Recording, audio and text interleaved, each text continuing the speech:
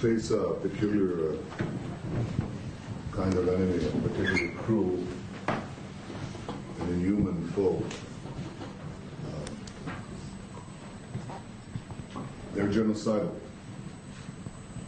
They're not fighting for this or that territory. They're fighting to eliminate the Jewish state in whatever boundary they say so. Their charter says if you find a bush and the Jew is hiding behind it, kill the Jew, kill all the Jews.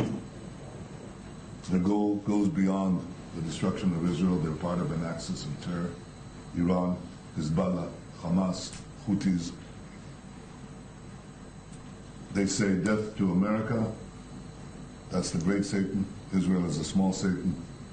I hope I don't find any offense with any of you. You're a middle-sized Satan. They hate our free civilization. They want to bury it. They have an ideology that is mad. In the 21st century, after the Enlightenment, after the scientific revolution, after the advance of human rights and democracy, this is sheer madness. I don't give it relative moralism that says, moral relativism that says, well, they have their society. They can do these horrible things to women. They can do these horrible things to human beings. That's their value system. That's not a value system. That's something that has to be fought. And one thing that we discover in the 21st century is that our assumption that we can live our civilized lives in our advanced countries, seeking peace, prosperity, and progress, and we can just sit back and the barbarians will not come back. They come back. They come back in many places. And if we are unwilling to fight the barbarians, they will win. And your moral values do not stand up if you're not willing to fight for them. Here is a classic case of savagery and barbarism against civilization. Now, this savagery has two techniques. One is to deliberately target civilians. What the terrorists do is erase the sense of sin.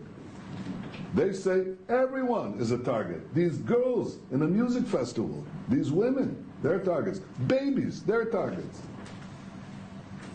Old people, they're targets. Holocaust survivors, they're targets. Everyone is a combatant.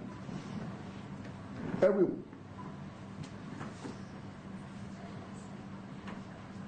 And they're deliberately not only target everyone, every citizen, no one is a civilian, no one is exempt from their murder, from their horror. They also hide behind their civilians. They deliberately implant themselves in hospitals, in schools, in residential areas, in UN facilities. They fire their rockets from there.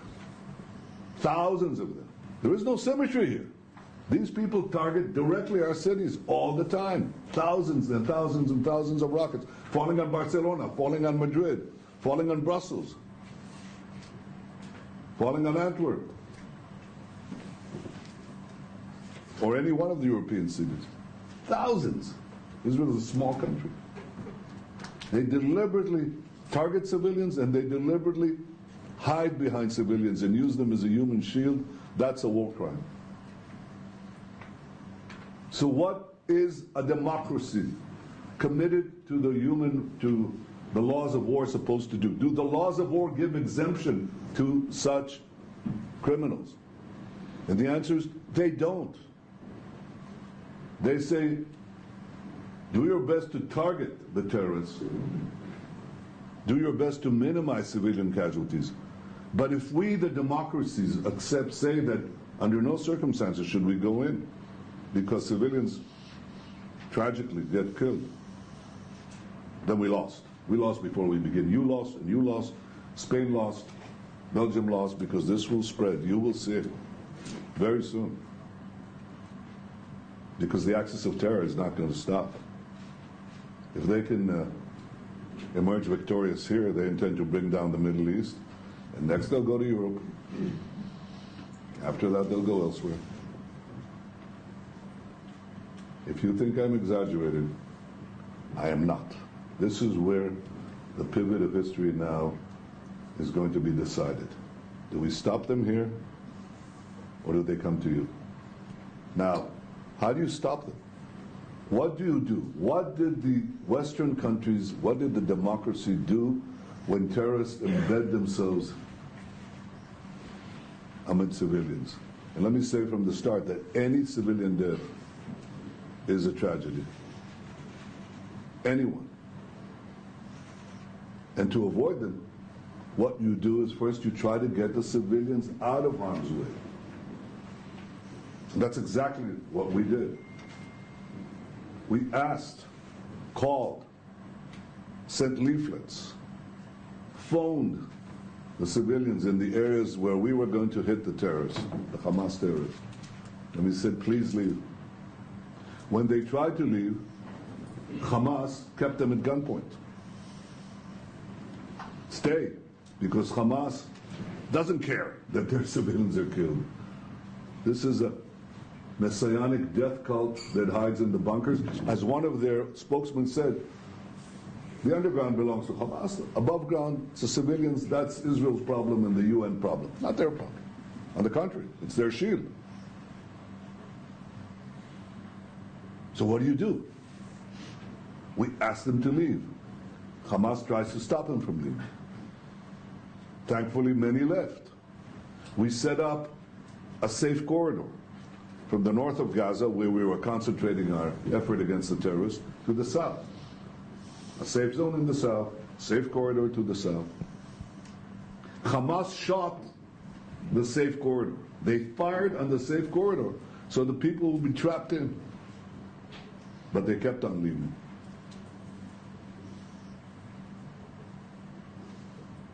I'm happy to say that there is a decline in civilian casualties, which is our goal. Our goal is to have none, and primarily that's because of the ground action. The ground action has resulted in the fact that the warnings that we give are addressed by the population, civilian population. They go south. When they go south, we give them humanitarian support. There are about 150 trucks now going in, probably go up to 200 and beyond. Food, medicine, water. Israel is doing everything in its power to get the population out of harm's way. Hamas is doing everything in its power to keep the population in harm's way. And that's the fact. But I'll give you another one you're familiar with. Hitler, the original Nazis. They invade Europe, they do these horrors on a mass scale. And by the way, these killers would do exactly what Hitler did if they could get away with it. The difference is only in capability, not in intent and not in savagery. Hitler invades Europe, perpetrates these horrible savageries, the Holocaust, and so on. And the Allies invade. They invade Normandy. The German army is in the cities. You've seen the footage. The Allies say, no, we can't do anything, we can't fire because they're amid the civilians. Of course not. They try to do exactly what we are doing, try to minimize the cost, and then they go through the cities of France and they go through the cities of Germany.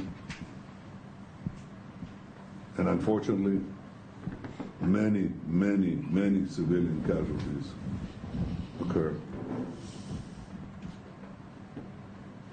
I don't know what history would have been like if we had demonstrations and protests in the West against the Allies for incurring German civilian casualties. I know history would have been very different. But we're the Allies, along with the moderate Arabs, with the United States, with Europe. We're the Allies.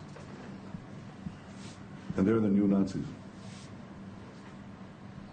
And Israel cannot be held to a standard that no one is being held to. We have to fight the terrorists. We're in complete compliance with international law. We seek to minimize civilian casualties, and Hamas seeks to maximize them. And I would strongly urge you to make that distinction, not merely because it's right and just, but because your very societies are on the line. You're next. This is a battle for civilization. It has to be won. We will win it because we have no other choice. We don't have a future if we don't. Hamas has already said we'll do it again and again and again. So we'll have to eradicate them.